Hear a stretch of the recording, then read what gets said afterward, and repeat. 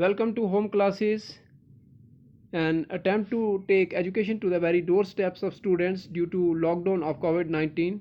Myself Ghulam Rasool, lecturer in education subject and presently serving in District Punch.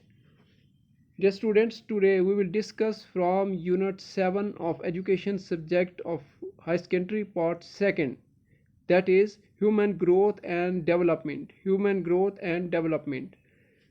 So far we have discussed the infancy stage, the childhood stage. Now today we will discuss the adolescent stage of life, the adolescent stage of life. Today in this class we will confine our discussion to the physical and mental characteristics of adolescence, and in the next class we will discuss the social and emotional characteristic of adolescent stage. हालांकि जो emotional characteristics हैं वो आपके syllabus में नहीं हैं, लेकिन आगे चल के क्वेश्चन आएगा the various needs and problems of adolescence and the remedies to overcome these problems.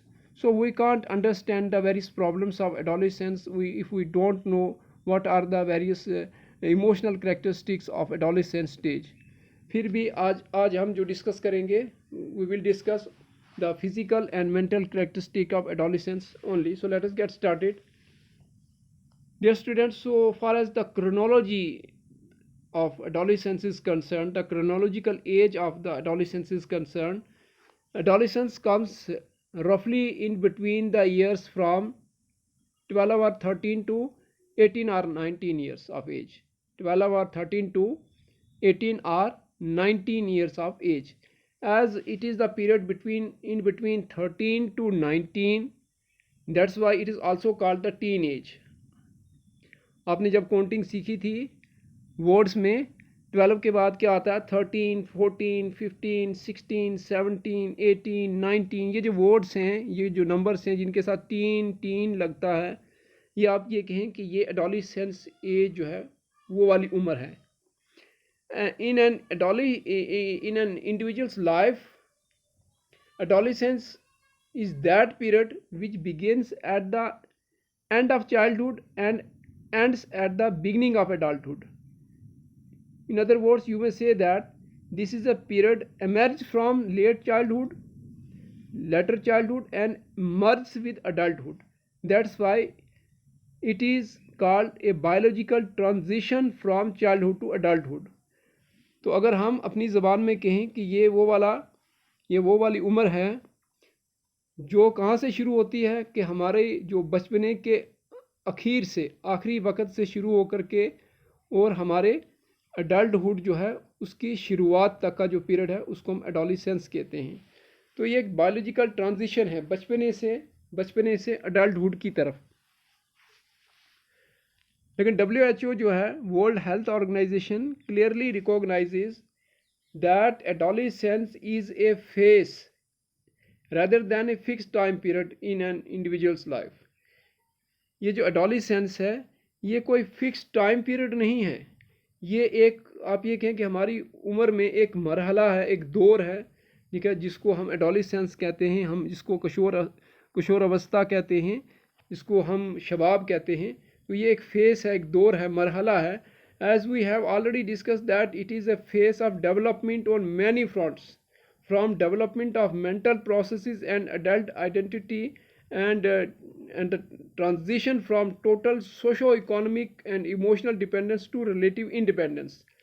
तो ये जिस्मानी तौर पे, जहनी तौर पे जो हमारी डिपेंडेंस थी उससे एक ट्रांजिशन है, उससे एक तब्दीली है, आगे का सफ़र है किसकी तरफ, कि समाजी और इक़्तिसादी तौर पर और जज्बाती तौर पर खुद जो है हमारे अंदर खुद एतमादी आए और हम खुद पे भरोसा करें और खुद ही सारे डिसीजंस लें. One more thing that adolescents are not homogeneous, they are not homogeneous group. Their need vary with their sex, stage of development, life circumstances and the socio-economic condition of their environment. अब जो ये homogeneous group नहीं है, ये यानी यकसां तौर पे सभी जगह पे एडोलेसेंस जो है वो एक जैसे नहीं होते हैं. अब उनके सेक्सेस क्या हैं, वो मेल है कि फ़ीमेल है, उनका स्टेज ऑफ डेवलपमेंट जो है वो कौन सा है, ये अभी हम आगे डिस्कस करेंगे. उसकी जो लाइफ सर्कमस्टेंसेस के ज़िंदगी के हालात कैसे हैं, वहाँ के समाजी इक़्तिसादी हालात कैसे हैं, जिस एनवायरनमेंट में जिस मुल्क में वो रहते हैं। तो मोस्टली एडोलेसेंस को जो है 3 सब फेसेस के अंदर जो है डिवाइड किया जाता है। फेसेस फिर मैं वर्ड यूज़ कर रहा हूँ, ये मरहला है, दौर है। अर्ली एडोलेसेंस, इब्तदाई शबाब जो है वो कब आता है? 10 से 14 साल की उम्र में, उसको हम अर्ली एडोलेसेंस कह सकते हैं। Then comes the middle adolescence, वस्ती शबाब, दरमियाना शबाब जो है, दरमियानी जवानी 15 से 17 साल। Then the late adolescence that comes in between 18 to 19. While these stages are not universally accepted and vary, they provide a basic framework to understand adolescence development. अब ये जो मैंने एजेस यहाँ पे लिखी हैं, तो ये कोई यूनिवर्सली एक्सेप्टेड नहीं है, यूनानिमसली पूरी दुनिया के अंदर इनको एक्सेप्ट नहीं किया जाता। अलबत्ता ये एक अंडरस्टैंडिंग देती है, बेसिक फ्रेमवर्क देती हैं एडोलेसेंस के बारे में कि ये स्टेज के क्या मरहाल हैं। In this period, great changes occur in all developmental dimensions of individuals, that physical, mental, social, emotional, moral, and aesthetic. In fact, it is a period of revolutionary changes during which the child develops into complete man or woman. तो इसको हम revolutionary changes, the age of revolutionary changes भी हम इसको जो है वो इसको कहते हैं हम, the period of revolutionary changes. इनकलाबी तब्दीलियाँ जो हैं हमारी ज़िंदगी में रूनमा होती हैं, चाहे वो फिज़िकल हो, सोशल हो, मेंटल हो, इमोशनल हो, एस्थेटिक हो। हमारी शख्सियत के जितने पहलू हैं उनमें नुमायाँ तब्दीलियाँ, तगय्युरात जो है वो रूनमा होती हैं, और हम एक कंप्लीट मर्द या एक कंप्लीट औरत की शक्ल में जो है उभर के सामने आते हैं। अगर हम इसकी इस्तिलाह की बात करें, so far as the etymological meaning of adolescence is concern, which means from where this word have been derived. The etymologically, the term adolescence is said to have been derived from the Greek word adolescer, which in English means to grow, बढ़ना, नशो नमा पाना, और grow to maturity, या शऊर की तरफ बढ़ना। निका कौन सा शऊर, कौन सी मैच्योरिटी? Of adulthood.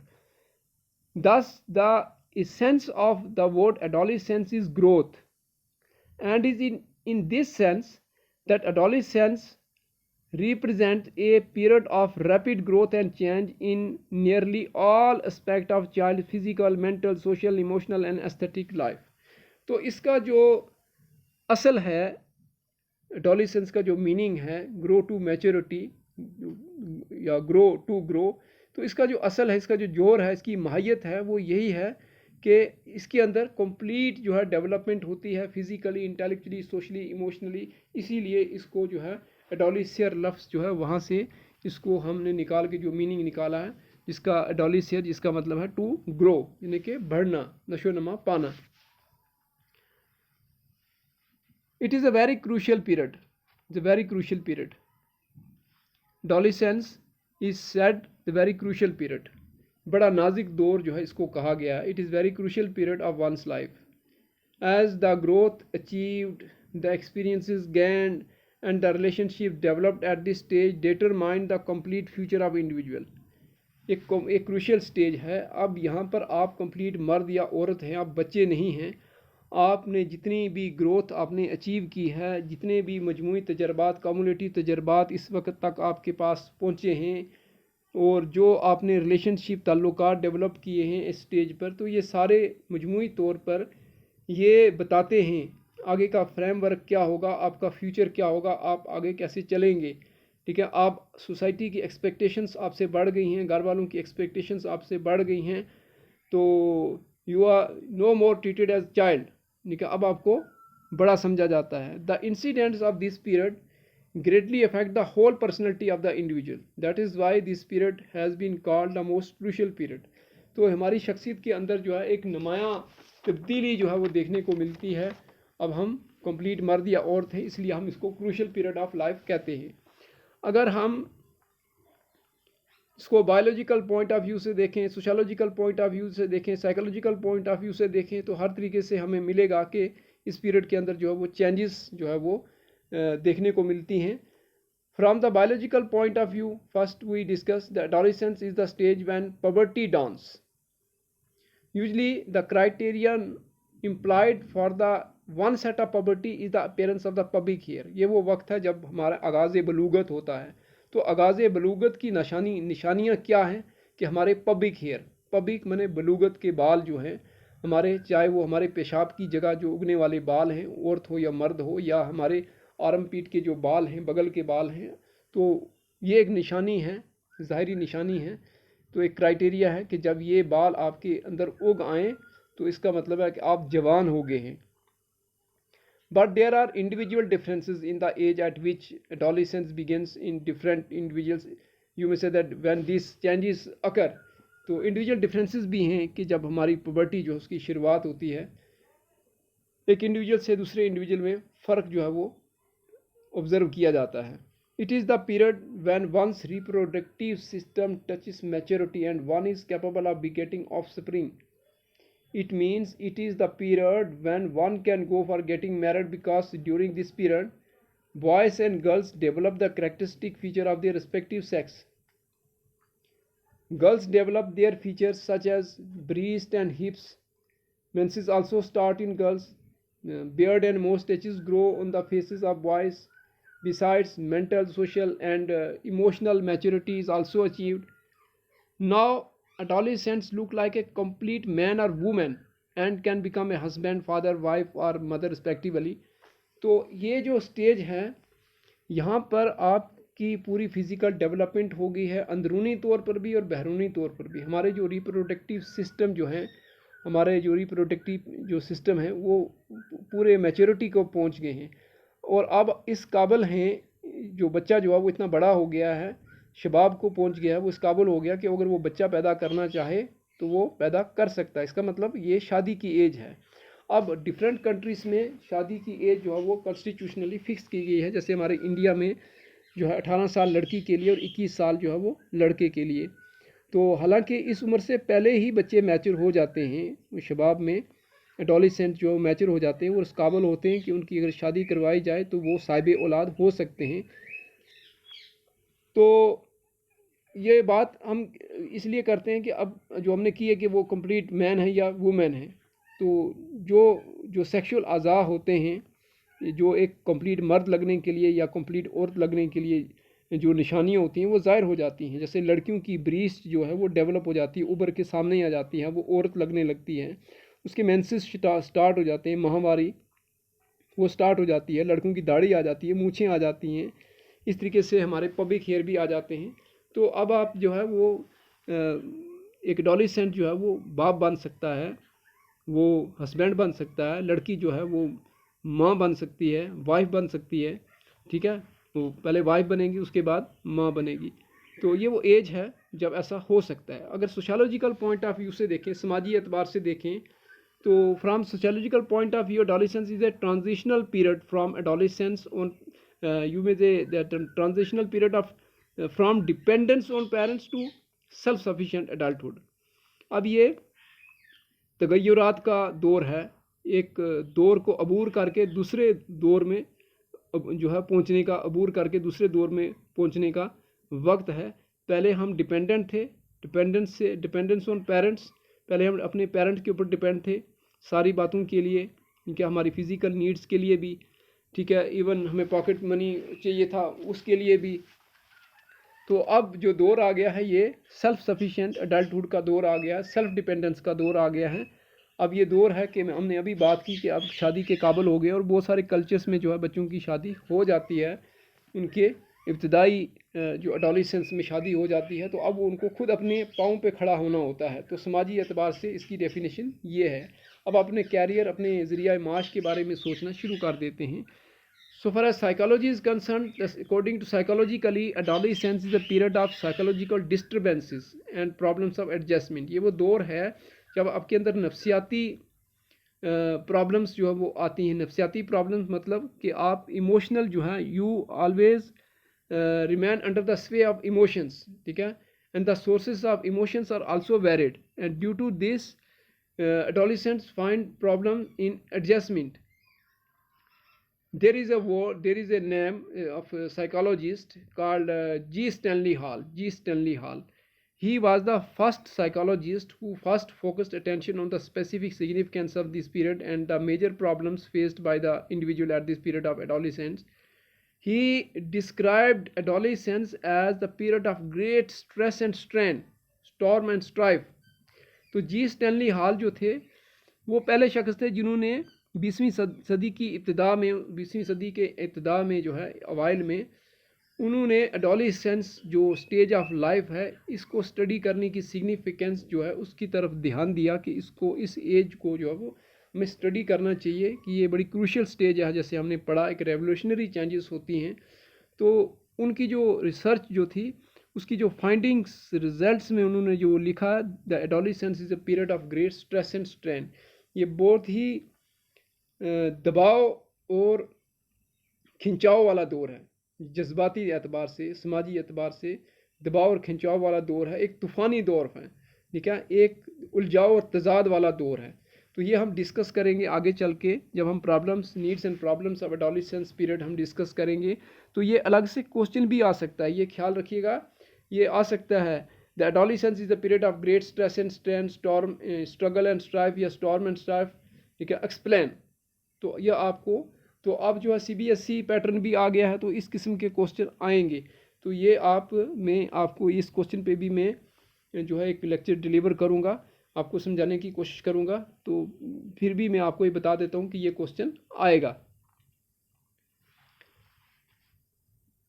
तो इसके अलावा भी एडोलेसेंस जो है ये एक most important phase of life है, the most vital period of human life, and you may say that most significant event in the total lifespan.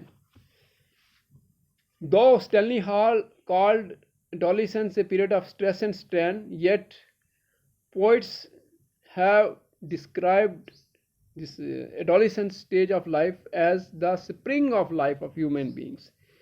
तो बहुत सारे पोइट जो है उन्होंने एडोलेसेंस को ज़िंदगी की बहार कहा है, इंसानी ज़िंदगी की बहार कहा है। जैसे मैंने डिस्कस किया था इन्फेंसी स्टेज ऑफ लाइफ में, तो बच्चे की मासूमियत और लाचारगी जो है उसको देख करके जो शायर मुतासर हुए हैं, और उन्होंने हेल्पलेसनेस और मासूमियत का इजहार करने के लिए जो है लाचारगी और बेबसी और मासूमियत को बचपने के साथ तशबीह दी है। तो यहाँ पर भी पॉइंट जो है वो एडोलेसेंस की जवानी को देख के मुतासर हुए हैं।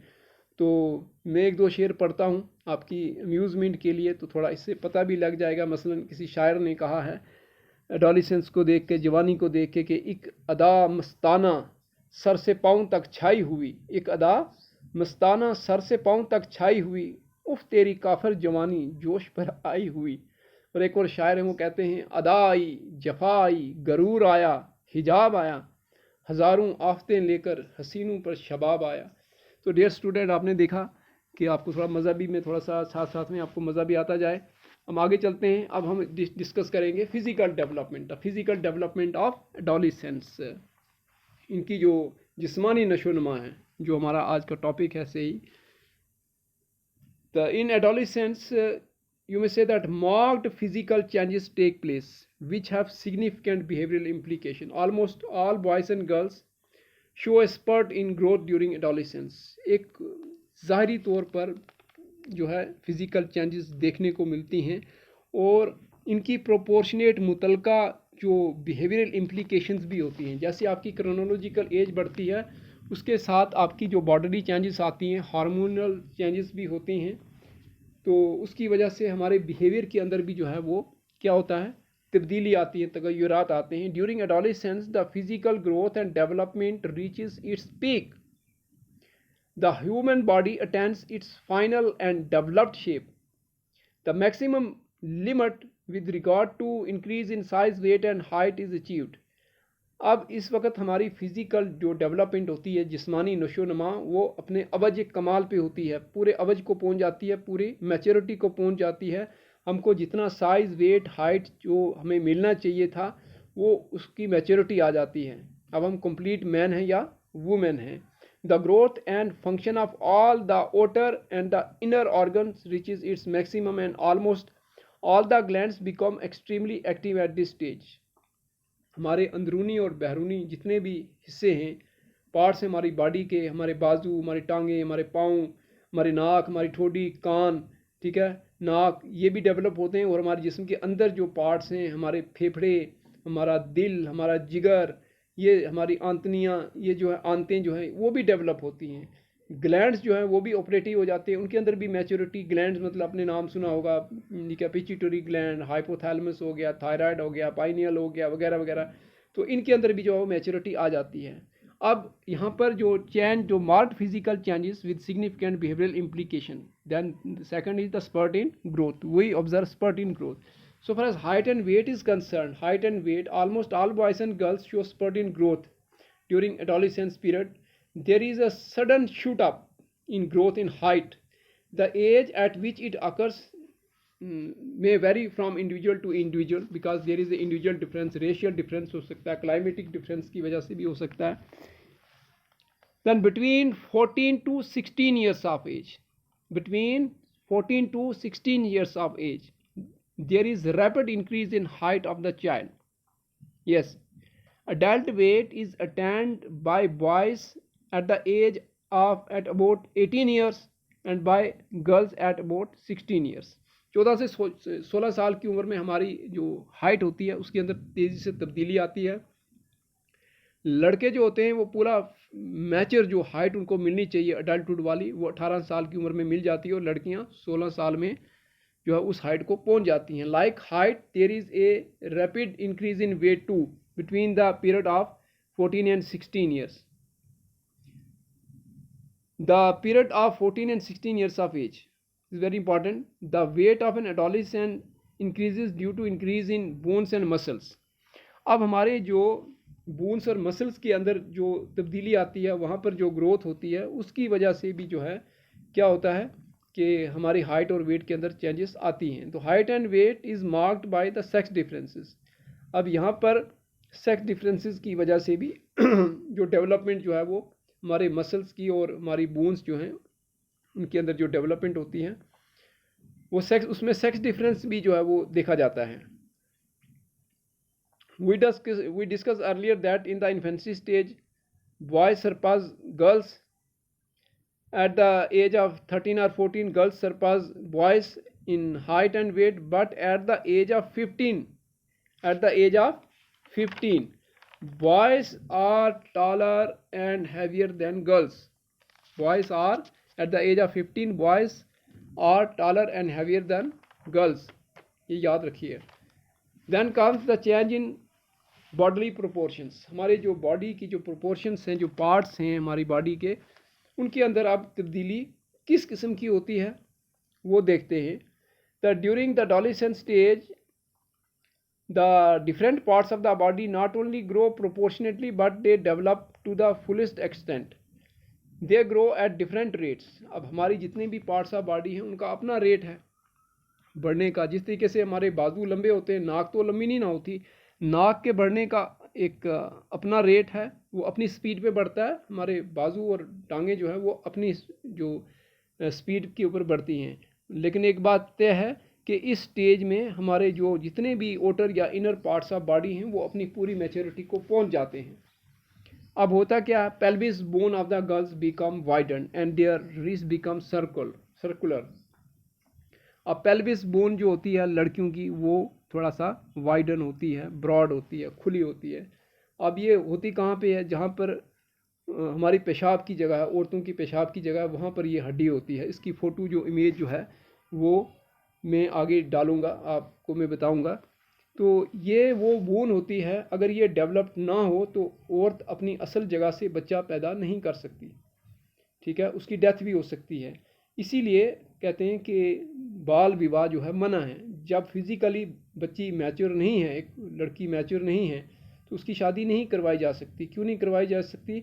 एक तो समाजी एतबार से उसके ऊपर जो है वो काफ़ी दबाव होगा, जिम्मेवारियां होगी. दूसरा वो फिज़िकली डेवलप नहीं है, और फिज़िकली उसकी पेल्विस बोन जो है वो डेवलप नहीं है, वो बच्चा पैदा करने के काबिल नहीं है. Arms and legs attain full maturity. बाजू और टांगें वो भी अपने जो है मैच्योरिटी को पहुंच जाती है और बड़ी फाइनर शेप में आ जाते हैं. बॉयज़ डेवलप राउंड शोल्डर, लड़कों के कंधे बड़े राउंड राउंड से होते हैं, हैंड और फीट भी बड़े होते हैं। Trunk also attains full length, हमारा जो धड़ है, ठीक है ना, सर को छोड़ के और नीचे बीच में जो ट्रंक है हमारा धड़, उसकी भी लेंथ पूरी आ जाती है। फेशियल फीचर्स भी चेंज होते हैं, हमारे जो चेहरे का जो नक्शा है वो भी चेंज होता है। नोज़ जो है गेट्स द फाइनल शेप, नाक को अपनी असली मैच्योरिटी, जो शक्ल, जो हैयत और जो ग्रोथ है वो मिल चुकी होती है इस स्टेज में। चीन हमारी ठोड़ी वो भी ग्रो करती है, लार्ज हो जाती है। एंड फोरहेड जो हमारा वो भी वाइड हो जाता है। And by the age of 18 the development of the brain stops. 18 साल की उम्र में आगे इसके ब्रेन नहीं डेवलप होता, उसकी जो मटेरियल डेवलपमेंट है ना, जो उसकी आगे डेवलपमेंट नहीं होती ब्रेन की। 18 साल जो है वो मैच्योरिटी को पहुंच जाता है। It is fully developed. It is also observed that early maturing boys tend to be more feminine and the late maturing girls are more masculine in their total trend. अब जो लड़के जल्दी मैच्योर होते हैं, जल्दी फिजिकली जल्दी mature होते हैं, उनके अंदर नस्वानी फीचर्स मिलते हैं, जिन्हें औरतों वाली हाव भाव मिलते हैं। और जो लड़कियां जल्दी मैच्योर होती हैं उनके अंदर लड़कों वाले मर्दाना जो है वो हाव भाव देखने को मिलते हैं। Then comes the rapid development of bones and muscles. By the end of this stage, the bones and muscles have developed to the fullest possible extent. The muscle of the girls remain softer while those of boys become firm and hard. अब यहाँ पे हमारी जो bones हैं और हमारी जो मांसपेशियाँ हैं ये भी अपनी मैच्योरिटी को पहुँच जाती हैं। अब यहाँ पे सेक्स डिफरेंस ये है कि जो लड़कियाँ होती हैं उनकी जो मसल्स होते हैं बड़े सॉफ्ट होते हैं, और लड़कों के जो बड़े फर्म और हार्ड होते हैं, सख्त होते हैं। आप महसूस करें, अपने आप को हाथ लगाएं, आप देखें आप, ठीक है, तो आपके मसल कितने हार्ड हैं, ठीक है। और लड़कियाँ जो होती हैं उनके जिस्म जो है उनके बड़े नाजुक होते हैं, ठीक है ना। ये सेक्स डिफरेंस की वजह से है। Then increase motor performance. मैंने मोटर परफॉर्मेंस आप समझती होंगे, मैंने पहले इस पर डिस्कस कर चुका हूँ जब मैंने आपको समझाया था कॉग्निटिव, अफेक्टिव एंड कोनेटिव। तो कोनेटिव जो साइड हमारी पर्सनैलिटी की, वहाँ पे आता है मोटर परफॉर्मेंस। जब हमारे फिजिकल पार्ट्स ऑफ बॉडी इतने डेवलप हो चुके हैं, ग्रो कर चुके हैं कि अब उनके अंदर फंक्शनिंग जो है वो आ गई है, वो एक्टिव हो गए हैं। मिसाल के तौर पर छोटा बच्चा तो साइकिल नहीं चला सकता, जब अब बड़ा होगा उसके मसल डेवलप होंगे तो अब वो साइकिल चला सकता है। तो this is a motor activity. वो फुटबॉल खेल रहा है, इट मीन्स के उसके अंदर मोटर परफॉर्मेंस आ गई है। तो यहाँ इस स्टेज पे यू में से that this stage have the characteristic of increased motor performance. The physical development leads to increased motor performance both in case of boys and as well as girls. Their motor activities work and function effectively and promptly.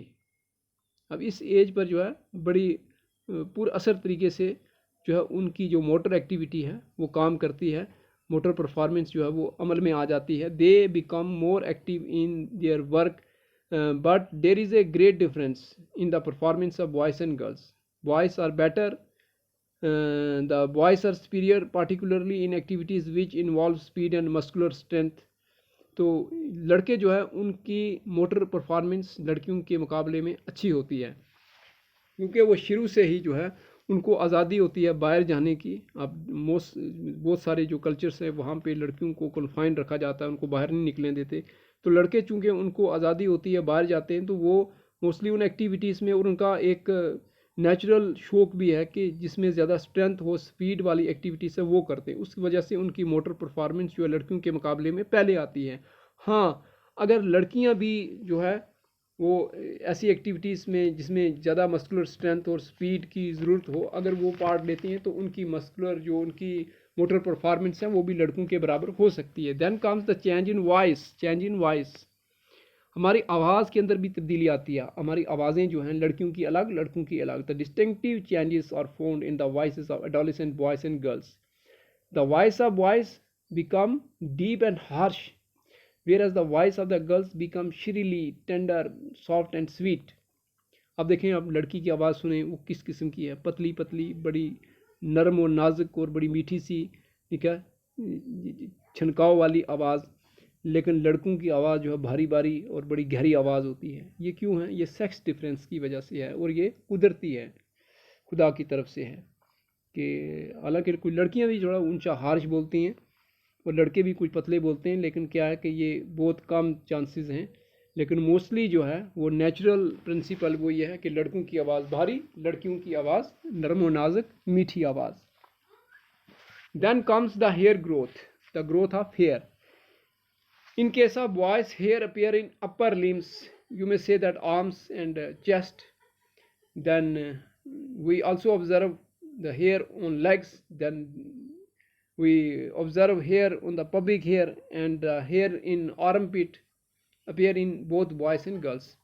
अब हमारे जो बाल जो हैं वो भी आते हैं। हमने शुरू में पढ़ा था कि एडोलेसेंस जो है ये कब होती है? With the one set of puberty. तो वहाँ में हमने पढ़ा था कि वन सेट ऑफ जो क्राइटेरिया है इसकी बलूग का शुरू होने का, वो उसकी निशानी जो ज़ाहिरी निशानी है वो हमारे पबिक हेयर हैं। कि हमारे पबिक हेयर मतलब हमारे प्राइवेट बाल जो हैं, पेशाब की जगह के या बगल के नीचे वाले बाल जो हैं वो हमें आना शुरू हो जाते हैं। उनकी इमेजेस भी मैंने यहाँ डाली हैं, आप देख लीजिए। तो बॉयज़ और गर्ल्स दोनों में जो है वो पबिक हेयर ज़ाहिर हो जाते हैं। लड़कों के अंदर जो है लड़कों की मूछें आती हैं, दाढ़ी आती है, ठीक है, और लड़कों की चेस्ट पे बाल आते हैं, उनकी लड़कों की जो लड़कों का सीना है उसके ऊपर बाल होते हैं, लेकिन औरतों की छाती पे बाल नहीं होते हैं, ठीक है। औरतों को दाढ़ी मूछ भी नहीं होती, लड़कों को होती है। तो लेकिन पबिक हेयर लड़के और लड़कियां दोनों को होती हैं। ये किस वजह से है? ये सेक्सुअल डिफरेंस की वजह से। हमारे जो सेक्सुअल ग्लैंड्स हैं ना, उनकी जो उनके वहाँ जो हार्मोन्स हैं, जो सिक्रीशन है, उसकी वजह से ये होता है। अब लड़कों के जो सेक्सुअल ग्लैंड्स हैं वो जो है लड़कों के चेहरे पर दाढ़ी मूछ जो है वो लाते हैं, और जो औरतों के जो ग्लैंड्स हैं वो उनके अंदर ब्रीस्ट वगैरह जो है उसको ज़ाहिर करते हैं।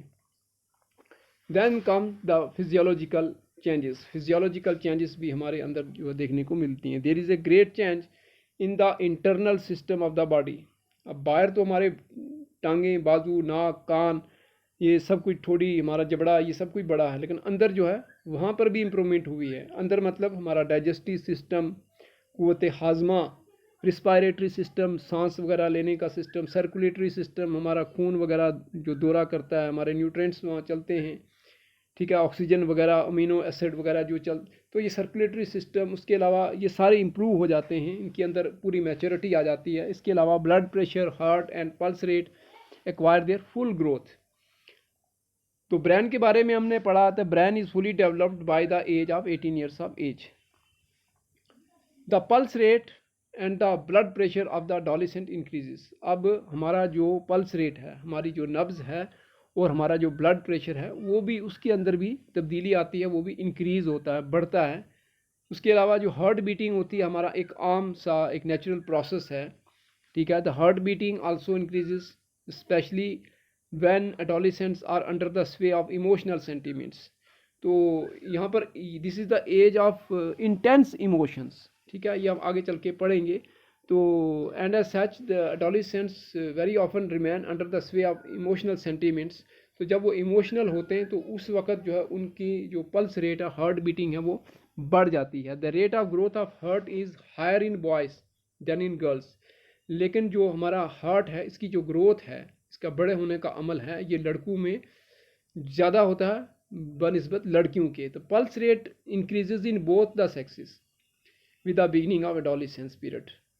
The blood pressure increases in boys and the differences increase with age. Due to improvement in digestive system, adolescents have a desire to eat more. हमने पढ़ा था, we discussed when we discussing infancy stage, where we discussed that the infants have very tender digestive system। तो वहाँ पे उनको soft food जो है वो रिकमेंड की जाती है, हार्ड फूड जो वो डाइजेस्ट नहीं कर सकते। लेकिन यहाँ पे एडोलेसेंस में अब उनका डाइजेस्टिव सिस्टम अपनी मैच्योरिटी को पहुँच गया है। अब वो किसी भी किस्म की ग़िज़ा खाएं, नहीं क्या, वो मकवी ग़िज़ाएँ जो है वो खा सकते हैं, और उनको ज़्यादा भूख लगती है, वो मांगते हैं। उसके बाद सेक्स करेक्टरिस्टिक्स। अब सेक्स करेक्टरिस्टिक जो है, हमारी जिनसी जो खसूसियात हैं, वो भी देखने को मिलती हैं। Genital organs in boys increase in size in girls too. तो जिनेटल हमारे जो जिनसी आज़ा हैं, ठीक है, हमारे टेस्टिस जो हैं, खुशिये, हमारे पेनिस, उज़्व तनासल, तो अब ये जो ग्रो करते हैं और they are able to produce sperm. अब जो है लड़कों का जो स्पर्म जो है वो निकाल सकते हैं। The seminal gland begins to operate, अब वो too begins to work. The semen is produced and there is a night emission accompanied by erotic dreams. The testicles start growing and functioning earlier than growth of penis. अब यहाँ पे हमारे जो testicles जो हैं वो हमारे पेनिस से पहले ग्रो होते हैं। अब यहाँ पर लड़कों को जो है वो सेमिनल जो अखराज होता है वो रात को शहवानी ख्वाब आते हैं, और ये कुदरती, this is a natural call. एक तो हमारी सेक्सुअल मैच्योरिटी की वजह से ऐसा होता है। अब अंदर हमारे जो सीमेन जो इकट्ठा हुआ है उसको बाहर निकलना है, और ये एज है, एक नेचुरल कॉल है। तो कुदरती तौर पे जो है बच्चों को शहवानी ख्वाब आने शुरू हो जाते हैं, और यहाँ पे this is the age of attracting opposite sex. तो अब बच्चे के अंदर मैच्योरिटी आ गई है, सेक्सुअल मैच्योरिटी। वो सोसाइटी में रह करके, बातें सुन के, लोगों की हरकतें देख करके, एक्सपीरियंसेस, उनके जो कम्युनिटी एक्सपीरियंसेस होते हैं उनके बिना पर उनके जहन के अंदर ये बात आ जाती है लड़के लड़की वाली। तो ये भी जो है सेक्सुअल मैच्योरिटी के साथ में मिल करके जो ये नाइट एमिशंस का जो प्रोसेस है ये बच्चों के अंदर देखने को मिलता है, एडोलेसेंस के अंदर शहवानी ख्वाब के साथ, जिसको हम उर्दू में अगर कहें तो इख्तिलाम कहेंगे। Then in girls too sex organs acquire maturity, breast grow, pelvis bone widens, waistline becomes thin and hips take somewhat round shape. लड़कियों के अंदर भी अपनी जो रिस्पेक्टिव सेक्स की जो करेक्टरिस्टिक जो फीचर्स हैं वो भी देखने को मिलते हैं। उनकी ब्रीस्ट, उनकी छातियाँ उभर के सामने आ जाती हैं, अब वो कंप्लीट औरत लगने लगती हैं। उनकी पेल्विस बोन, जिसको हम डिस्कस कर चुके हैं, पेशाब की जगह की हड्डी जो होती है वो डेवलप हो जाती है, अब वो बच्चा पैदा करने के काबिल होती है। उसकी जो वेस्ट लाइन जो होती है, उसकी जो कमर मोस्टली वो पतली हो जाती है, ठीक है, पतली कमर। तो हिप्स जो है वो राउंड हो जाते हैं, उनकी राउंड शेप हो जाती है। Ovaries, uterus, vagina also develop. तो ये आप नेट पे खोल के देख सकते हैं, ये तो ये औरतों की पेशाब की जगह से रिलेटेड जो टर्म्स हैं। तो all these physical sexual changes make the adolescent girls self conscious. तो ये सारी जो चेंजेस लड़कियों के अंदर आती हैं, इवन मेंसुरेशन होती है, मंथली मेंसुरेशन होती है, ठीक है, जिसको हम माहवारी बोलते हैं। तो ड्यूरिंग एडोलेसेंस पीरियड, तो इसकी वजह से भी जो लड़कियां जो है वो सेल्फ कॉन्शियस हो जाती हैं। The average age of mensuration varies from 13 to 16 years. 13 से 16 साल, किसी को 13, किसी को 14, किसी को 15, किसी को 16, मोस्टली 13 और 16 के बीच में जो है लड़कियों को माहवारी शुरू हो जाती है। Like night emissions in boys, mensuration usually becomes a disturbing and horrifying experience for ignorant adolescent girls। जिस तरीके से लड़के को पहली बार नाइट एमिशन होता है, मनी का अखराज होता है, सीमिनल डिस्चार्ज होता है, उससे उसके लिए बड़ा हॉरिफाइंग ये होता है कि ये क्या हुआ है। नाइट एमिशन, जब रात को उसको एरोटिक ड्रीम आया और उसमें उसका एहतलाम हो गया, तो वो अपने कपड़े वगैरह देखता है। और इस तरीके से लड़कियों की मेंसुरेशन जो है वो भी तो पहली बार ऐसा होता है। तो इग्नोरेंट जो इन बातों से इग्नोरेंट होते हैं एडोलेसेंट्स, तो उनके लिए ये एक हॉरिफाइंग एक्सपीरियंस होता है। तो आज हमने डिस्कस किया physical characteristics of adolescence. That during adolescence the maximum limit with regard to increase in the size, weight and height is achieved. Then the physical growth and development of the external as well as the internal organs of the body, adolescents grow simultaneously and proportionately. Boys and girls develop characteristic feature of their respective sexes। ये हम अब सारा discuss कर चुके हैं। अब हम चलते हैं मेंटल डेवलपमेंट पे, हमारी जहनी नशोनुमा। जहनी नशोनुमा जो है कैसी है। We know that mental abilities increase with age. तो ये एक नेचुरल लॉ है कि उम्र बढ़ेगी, फिजिकली हम बढ़ेंगे, तो प्रोपोर्शनेटली हमारे जो मेंटल एबिलिटीज़ हैं वो भी बढ़ेंगी। कुछ ऐसे केसेस हैं जहाँ पे एबनॉर्मलिटीज़ होती हैं, क्रोनोलॉजिकली हम बड़े हो जाते हैं, उसके साथ फिजिकल जो चेंजेस भी देखने को मिलती हैं, लेकिन मेंटली हम क्या फीबल माइंडेड होते हैं, इडियट होते हैं या मोरून्स होते हैं, वो अलग बात है। लेकिन मोस्टली जो कुदरत का निज़ाम है उसके मुताबिक जो है एज के गुजरने के साथ साथ हमारे मेंटल एबिलिटीज़ वो भी डेवलप होती हैं. During adolescence intellectual development attains the final stage between, you may say that 16 and 18 years. 18 years जो है, this is the right stage, right year. The mental capacities and abilities such as thinking, reasoning, creativity, observation, perception, concept formation, attention, memory, retention, imagination, and overall intelligence reaches its climax. So far as brain is concerned, it has developed by the age of 18 years. अब जितनी भी हमारी mental powers हैं, ज़हनी क़ुव्वतें हैं, चाहे सोचने की है, चाहे मंतक लड़ाने की है, या तख्लीकी सलाहियत है, क्रिएटिविटी, ऑब्जर्वेशन, मुशाहिदे की सलाहियत है, परसेप्शन है, किसी चीज़ को अपने जहन के अंदर बिठा लेना, सेंसेस से जो चीज़ें आती हैं, द 5 सेंसेस से, ठीक है, उनका सही इस्तेमाल, कंसेप्ट फार्मेशन, किसी चीज़ जो परसेप्शंस है हमारे जहन के अंदर, उनको अब नाम देना, ठीक है, ये फ़लाँ चीज़ की आवाज़ है, ये फ़लाँ चीज़ की शक्ल है. उसके बाद अटेंशन, किसी तरफ हम ध्यान देते हैं, वो सारी चीज़ें, हमारी जो मेमोरी है, हमारी यादाश्त है, वो बढ़ती है. रिटेंशन, किसी चीज़ को काफ़ी देर तक याद रखना, जहन में रखना. इमेजिनेशन, हमारा तख़य्युल. तो कुल मिला के मजमूई तौर पर ओवरऑल इंटेलिजेंस जो अपनी अवज कमाल पे होती है.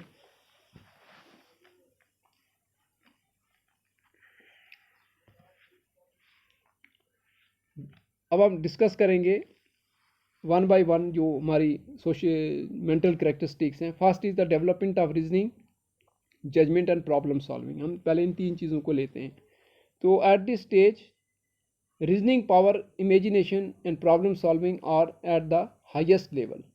रीजनिंग मतलब मंतक निकालना, यानी कि why and why, how, why not, ठीक है, ये चीज़ें, मंतक लगाना, किसी चीज़ का दिमाग इस्तेमाल करके कोई नतीजा अखज़ करना, जजमेंट करना, अंदाज़ा लगाना, अब किसी प्रॉब्लम को सॉल्व करना, ये वाली जो क़ुव्वतें हैं, ये पावर्स, शक्तियाँ जो है हमारे अंदर आ जाती हैं. Eight this stage all these powers develop and reach the highest level. The adolescents can very well understand the situations. They can form their own judgment and can very well differentiate between right and wrong. अब जो है adolescents जो हैं वो हालात जो है उनका मुहासरा कर सकते हैं, उनको समझ सकते हैं. दुख के हालात, सुख के हालात, गरीबी के हालात, अमीरी के हालात, अच्छे हालात, बुरे हालात. तो वो इन सिचुएशंस को जो परसीव करके, इनको देख करके, महसूस करके ये जज कर सकते हैं क्या सही है, क्या गलत है. क्या they can solve problems of increasing complexity and difficulty. अब उनका दिमाग इतना बढ़ गया है कि तरतीबी एतबार से जो हमारी प्रॉब्लम्स हैं, जो मसाइल हैं, उलझे हुए मसाइल और जो मुश्किल मसाइल जो हैं, कि उनको सॉल्व कर सकते हैं. इनकी ज़हनी क़ुव्वत इतनी नशो नमा पा चुकी है कि अब ये इस difficulty level, complexity level, highest से हाईएस्ट लेवल जो है उसमें ये हाथ डाल सकते हैं और उसको सॉल्व करने की जो है ये सलाहियत अब इनके अंदर जो है वो आना शुरू हो गई है. तो ये इनकी जो understanding the situation, reasoning develop हुई, जजमेंट डेवलप हुई और प्रॉब्लम सॉल्विंग जो है ये डेवलप इनके अंदर जो है वो हो जाती है. अब ये इंटरनेशनल और नेशनल लेवल की प्रॉब्लम जो वो भी उनको भी डिस्कस करते हैं. Then increase ability to generalise facts.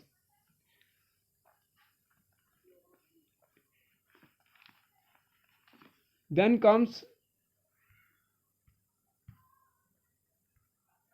the development of reasoning, judgment and increased ability to generalize the facts. They can now generalize the fact, generalize on conceptual level in the abstract way. अब वहाँ पे जो journalisation थी infancy में, वो किस level पे थी? वो कंक्रीट लेवल पे थी. इस चीज़ की शक्ल ऐसी है तो ये वाली शक्ल जो है ये भी ऐसी है. तो अब यहाँ पे एब्स्ट्रैक्ट लेवल पे हम जो है वो जर्नलाइज करते हैं. अब इत्तेफाक जिसको बोलते हैं, कोऑपरेशन, वो एक लेवल पे कैसा है तो हम उसको इत्तेफाक का कंसेप्ट समझ के हम दूसरी जगह पे जब इत्तेफाक वाला माहौल होगा तो हम उसको भी जो है वो बेहतर तरीके से समझ सकते हैं. The development of memory and imagination, development of memory and imagination. अब हमारी यादाश्त भी बढ़ती है और हमारा तखय्युल जो है वो भी बढ़ता है। The memory and imagination powers also develop at rapid speed. They can imagine about the things the situations which are not present before them physically.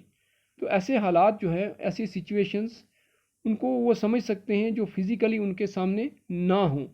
ठीक है, कोई एब्स्ट्रैक्ट थिंकिंग हमने डेवलप की कि उनकी एब्स्ट्रैक्ट थिंकिंग जो है वो डेवलप हो चुकी है, तो हम उनके सामने कोई हालात बयान करेंगे तो वो उनको परसीव कर सकते हैं, उनको जहन में ला करके सोच सकते हैं कि ये बंदा सामने वाला मेरे साथ क्या बात कर रहा है। तो they can retain many things for long time. It means that their long time memory increases. अब वो उनका जो रिटेंशन स्पैन है वो भी बढ़ गया है। अब वो किसी चीज़ को देर तक जो है वो याद रख सकते हैं, देर तक याद रख सकते हैं उसको। ठीक है, तो इसका मतलब है उनकी जो लॉन्ग टर्म मेमोरी है वो भी इंक्रीज हुई है। Their reality based imagination also improves.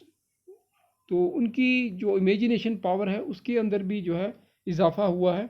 अब हमने डिस्कस किया था इन्फेंसी में, वो जो इमेजिनेशन थी वो प्लेजर प्रिंसिपल पे थी, प्लेजर प्रिंसिपल पे। अब यहाँ पर एडोलिसेंस में ये रियलिटी बेस्ड हो गई है। तो ये जो इमेजिनेशन है, fertile imagination, reality based imagination adolescence में, इसी की वजह से इस एज में जो है बच्चे इस काबिल हो सकते हैं, वो फिलासफर बनते हैं, साइंटिस्ट बनते हैं, इनोवेटर बनते हैं, राइटर, पोइट्स, म्यूजिशियन, आर्टिस्ट। ठीक है, तो ये all these persons are born in this stage, in this time. The proper channelization of imagination is very important at this stage. तो पेरेंट्स को चाहिए कि वो बच्चों की जो इमेजिनेशन है उसको कंस्ट्रक्टिव चैनल पे उसको जो है चैनलाइज करें, ये ज़रूरी है। नहीं तो इस वक्त बच्चे जो है कुछ और ही इमेजिन करना शुरू कर दें, कुछ उल्टी सीधे बातें उनके जहन के अंदर आना शुरू हो जाएं। अब तो वो जहनी तौर पे पूरा डेवलप हो गए ना, अपने मेंटल तौर पर जो है मानसिक एतबार से वो उनकी डेवलपमेंट हो चुकी है, तो ख्याल आने जो है वो तो लाजमी है। तो अब वो किस किस्म के ख्याल आएंगे, तो पेरेंट्स को जो है इस एज की साइकोलॉजी के बारे में मालूम होना चाहिए। अगर वो उन्होंने कोई स्टडी नहीं की है साइकोलॉजी की, लेकिन आम ज़िंदगी के तजर्बात के एतबार से वो उनको ख्याल रखना चाहिए कि ये कौन सी स्टेज है, इस वक्त बच्चे के ख्यालात जो हैं वो अवज कमाल पे होते हैं, बच्चा क्या क्या सोचता है, तो उसको कंस्ट्रक्टिव चैनल पे चैनलाइज करने की ज़रूरत है। Then comes the problem solving. The problem solving ability increases. Their ability to solve day-to-day problems increases. They can now discuss the national and international problems. अब प्रॉब्लम सॉल्विंग, किसी मसले का हल करना जो है, ये सलाहियत उनके अंदर आ चुकी है। अब वो अपनी रोज़मर्रा की जो प्रॉब्लम्स है, रोज़मर्रा के जो मसाइल, आम मसाइल हैं, ये उनको हल करने की सलाहियत रखते हैं। और यहाँ तक वो कौमी और बैनुल अक़वामी, राष्ट्रीय और अंतर्राष्ट्रीय लेवल की जो प्रॉब्लम्स हैं, जो समस्याएं हैं, उनको डिस्कस करते हैं और इवन जो है वो उनको सॉल्यूशन भी देते हैं। बहुत सारे जो ऐसे भी हैं जो बहुत जल्दी में IAS कर लेते हैं, तो वहाँ पर जब इस किस्म के करंट अफेयर्स के क्वेश्चन आते हैं तो उनकी मेंटल पावर्स डेवलप हुई है, तो जब भी वो नेशनल और इंटरनेशनल पॉलिसीज़ जो है उनको डिस्कस करते हैं और उनको जो वहाँ पे कुछ सजेशंस देते हैं, now they can able to do justice with the job if any they choose at this level. तो अगर वो कोई जॉब वगैरह भी इस एज में इख्तियार करते हैं ना, एडोलिसेंस, तो वो इस काबिल होते हैं कि उसके साथ जस्टिफिकेशन कर सकें, उस जॉब को अच्छी तरीके से, उसकी जो डिमांड्स हैं, उसके जो तकाजे हैं, उनको पूरा कर सकें, कि उनके अंदर प्रॉब्लम सॉल्विंग एबिलिटी जो है वो आ गई है। नेक्स्ट चलते हैं decision making powers. One more thing here, their span of attention also increases. No, they can retain a thing for a long time. We have just discussed that their long-term memory have also increased. The decision-making power also increases. The adolescents are expected to gain increasing confidence in his own opinion. They have certain amount of independence in thinking. अब जो adolescence है, अब जब इस as में पहुंच गया है, मसलन 17-18 की हम बात करते हैं, तो उससे ये उम्मीद की जा सकती है कि वो अपने जो ओपिनियन, अपने जो उसके ख्यालात हैं, उसके जो नज़रियात हैं, तो उसमें उसको एतमाद हो, कॉन्फिडेंस हो। अब वो उसके अंदर कुछ हद तक जो है, बल्कि बस दरमियाने हद तक उसके अंदर जो है खुद मुख्तियारी आ जाती है, अपनी थिंकिंग के एतबार से इंडिपेंडेंट थिंकिंग आ जाती है। अब वो आज़ादाना तौर पे जो है वो सोच सकता है, किसी बात के लिए डिसीजन ले सकता है, मुझे शादी करनी चाहिए नहीं करनी चाहिए, मुझे कौन सा कैरियर चूज़ करना है, ये वाला अच्छा है कि दूसरे वाला अच्छा है, ठीक है।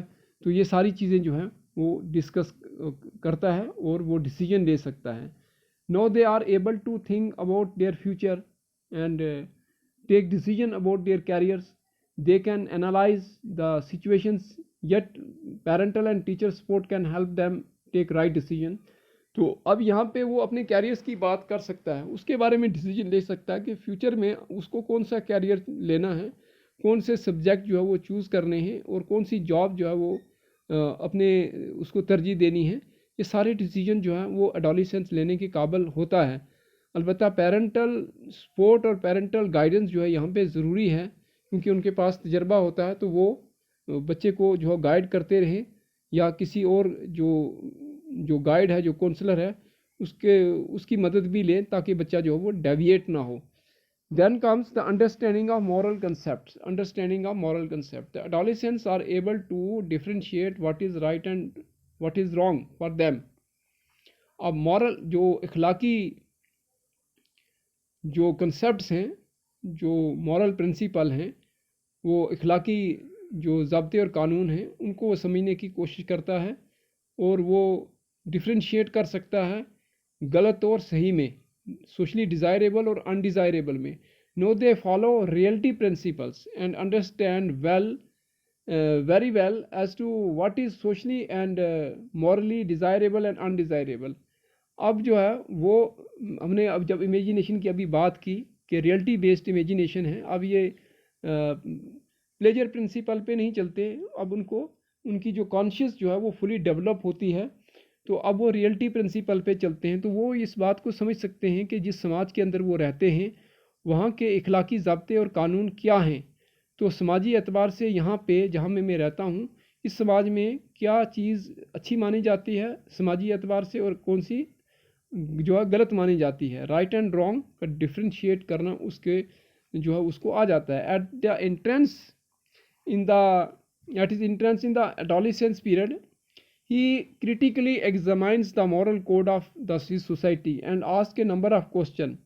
ठीक है, तो अब जो है वो जब एडोलेसेंस में पहुंचता है तो वो हालात का जो है मुहासरा करता है, वो देखता है कि समाज के अंदर क्या चल रहा है, यहाँ का रिलीजन क्या है, यहाँ की लाइफ फ़िलासफ़ी क्या है, यहाँ के अखलाकी ज़ाब्ते कानून मॉरल प्रिंसिपल्स जो हैं वो क्या हैं। तो वो उनको क्रिटिकली एग्जामाइन करता है, उनका तज्ज़िया करता है और उससे मुतल्लक वो क्वेश्चन भी करता है। ठीक है, ये क्या है, जैसे क्या हम कहते हैं कि झूठ नहीं बोलना चाहिए, किसी का हक नहीं मारना चाहिए, किसी को धोखा नहीं देना चाहिए, करप्शन नहीं करनी चाहिए, ये सारी बातें उसके कानून में पड़ती रहती हैं और ये सारी बातें वो सुनता है और वो देखता है कि हमारे समाज के अंदर ये चीज़ें डिज़ायरेबल मानी जाती हैं या अनडिज़ायरेबल मानी जाती हैं और इनके ताल्लुक से वो क्वेश्चन भी पूछता है। Then comes the full language development. अब यहाँ पे लैंग्वेज की कोई प्रॉब्लम नहीं है। वो जब इन्फेंसी में हम बात कर रहे थे कि बच्चा जो वो इमिटेटर होता है, वो इमिटेट करता है, बड़े जैसे बोलते हैं वैसे बोलता है, फिर आस्ता आस्ता जो है वो एक वर्ड पे फिर एक सेंटेंस पे आता है, लेकिन इस स्टेज पे उसकी लैंग्वेज फुली डेवलप हो चुकी होती है। ठीक है, in this stage they start reading various books of their interest beside their school books. अपनी स्कूल की किताबें जो है वो, कॉलेज की किताबें वो तो पढ़ते हैं, उसके साथ में उनके जो अपने इंटरेस्ट होते हैं, कोई मैगजीन्स वगैरह वो भी पढ़ते हैं बच्चे। ठीक है, they also increase their interest in mass media, radio, TV, ठीक है, इंटरनेट, मोबाइल वगैरह, ये सब चीज़ें भी जो है वो इस्तेमाल करते हैं। वहाँ से भी इनकी जो लैंग्वेज है वो वोकेबलरी इम्प्रूव होती है। And all this increase their vocabulary. Now they can use idiom and phrases, they can even learn foreign language. तो अब वो जो एज सिंपल सेंटेंसेस वाली नहीं रही, अब वो ईडियम और फ्रेजेस जो है अगर वो इस्तेमाल करना चाहें, वो अगर अपनी वोकेबलरी में ऐड करना चाहें तो कर सकते हैं, उनकी जहनी सलाहियत इतनी है। इवन अगर वो कोई फॉरेन लैंग्वेज जी क्या अपने इलाके से, अपने मुल्क की जो कि दूसरे मुल्क की कोई लैंग्वेज जो सीखना चाहें तो वो भी सीख सकते हैं, उनकी जहनी सलाहियत इतनी अच्छी है। और अब उनका जो स्पैन ऑफ रिटेंशन है वो भी बढ़ गया है, लॉन्ग टर्म मेमोरी भी बढ़ गई है, अभी हमने डिस्कस किया, तो वो ये सब कर सकते हैं। तो उनकी वोकेबलरी आप कह सकते हैं कि इस एज में रिच है। जो स्पोकन लैंग्वेज होती है वो इनकी काफ़ी रिच होती है। दूसरी लैंग्वेज जो रिटन लैंग्वेज है वो भी रिच होती है, वो डिपेंड करता है कि वो कितनी मेहनत करते हैं। Then comes the interest. The adolescents also develop various interests and tastes according to their liking and disliking and the objects around them. Their interest may be of different forms like social interest, personal interest, religious interest, vocational interest. So their interests are varied interest according to their liking and disliking. तो अब जो उनकी समाज के अंदर उनका क्या test है, उनकी तरजीहात क्या है, वो उनका जो पीयर ग्रुप कैसा है, उनके फ्रेंड्स कैसे हैं, ठीक है, तो वो किस माहौल में जाते हैं, तो ये सारी चीज़ें डिसाइड करती हैं, उनके इंटरेस्ट जो है वो डिसाइड करते हैं। तो आम जो हमारी लाइफ के जो इंटरेस्ट होते हैं, social interest, personal interest, religious interest, vocational interest, वो सारे उनके अंदर जो देखने को मिलते हैं। मसलन इस एज में पर्सनल इंटरेस्ट क्या हो सकता है, लड़के हों या लड़कियां, उनके हेयर स्टाइल, वो बाल कैसे रखेंगे, नेल अपने नाखून बढ़ाएंगे, लड़कियां लिपस्टिक लगाएंगी, उनके ड्रेस जो है वो कैसे पहनेंगे, ये इनके पर्सनल इंटरेस्ट हो गए। रिलीजियस इंटरेस्ट भी हो सकता है, वो अपनी जो पूजा पाठ के तरीके हैं उनको डिस्कस करेंगे, अपने जो मजहबी प्रिंसिपल्स हैं उनको डिस्कस करेंगे, ठीक है। वोकेशनल इंटरेस्ट, अपने कैरियर्स की बातें करेंगे, मैं डॉक्टर बनूंगा, मैं इंजीनियर बनूंगा, मैं पायलट बनना चाहता हूँ, एरोनॉटिक इंजीनियर बनना चाहता हूँ, तो ये भी डिस्कस करेंगे। सोशल एक्टिविटीज़ में वो पार्ट्स लेंगे। आपने देखा होगा मोस्टली एडोलेसेंस, शादी हो, ब्याह हो, यज्ञ हो, कहीं न्याज हो, वहाँ पे आपको आगे आगे मिलेंगे, उनको शौक़ होता है ये काम करने का, तो सोशल एक्टिविटीज़ में वो बहुत पार्टिसिपेट करते हैं। उसके बाद इनके किस गेम जो है वो, कौन सी गेम और स्पोर्ट्स जो है उसको वो पसंद करते हैं। सेक्सुअल डिस्कशंस भी होती हैं, सेक्सुअल इंटरेस्ट, ठीक है, लड़की के साथ ताल्लुक़ कैसे बनाने हैं, उसको फ़ोन कैसे करना है, ठीक है, ये सारी चीज़ें भी बच्चे जो है वो डिस्कस करते हैं। Then comes the hero worship. Hero worship, ठीक है, हीरो, ठीक है, आप लफ्ज़ समझते हैं हीरो, वर्शिप माने इबादत, ठीक है, हीरो वर्शिप, आप ये इसके लफ्ज़ी माने कुछ और हैं और मैं आपको जो बता रहा हूँ वो that is different. The hero worship is very prominent in adolescence. An adolescent begins to worship his idol man or woman and tries to model himself or herself on him or her. वो किसी मर्द या औरत को अपना एक कोई ख्याली hero बना लेंगे, ठीक है, तो फिर उसी जैसे कपड़े पहनेंगे, उसी जैसे बाल रखेंगे, उसी जैसी आवाज़ निकालने की कोशिश करेंगे, उनके जो चाल चलन जो होगा, क्या उनका जो गुफ्तार, उनकी जो चाल, वो सारी जो चीज़ें जो है उसको फॉलो करेंगे। Here a film star, a religious leader, like you may say the Dalai Lama, a poet, आप a scientist, a wrestler, a boxer, a cricketer, ठीक है, क्रिकेटर की मैंने इमेज डाली है सचिन तेंदुलकर की, देखो आप, ए पॉलिटिकल लीडर, ठीक है, etcetera, may be his or her hero. तो अब लड़कियां जो हैं वो किसी हीरोइन को देखेंगी या किसी कंट्री की कोई प्राइम मिनिस्टर होगी उसको अपनी आइडल मान लेंगे, या कोई गुरु होगा, मजहबी गुरु, उसको उन्होंने देख लिया, वैसे ही कपड़े पहने, वैसे ही बाल रखे, ठीक है, कोई बाबा रामदेव जी जो है उनको पसंद करते हैं, कोई हमारा पॉलिटिकल लीडर है उनको अच्छा लगता है, वो उसी तरीके के कपड़े पहनेंगे, ठीक है, तो हाफ स्लीव वाले कुर्ता पहनेंगे और वैसे ही चलेंगे, वैसे ही बात करेंगे। तो इस ज़िंदगी में एक आइडल बना लेते हैं और अपने आप को उसी के एतबार से वो मॉडलिंग करते हैं। तो ये कुछ थी mental characteristics of adolescence. So we discussed that adolescence is the period of maximum growth and development with regards to mental functioning.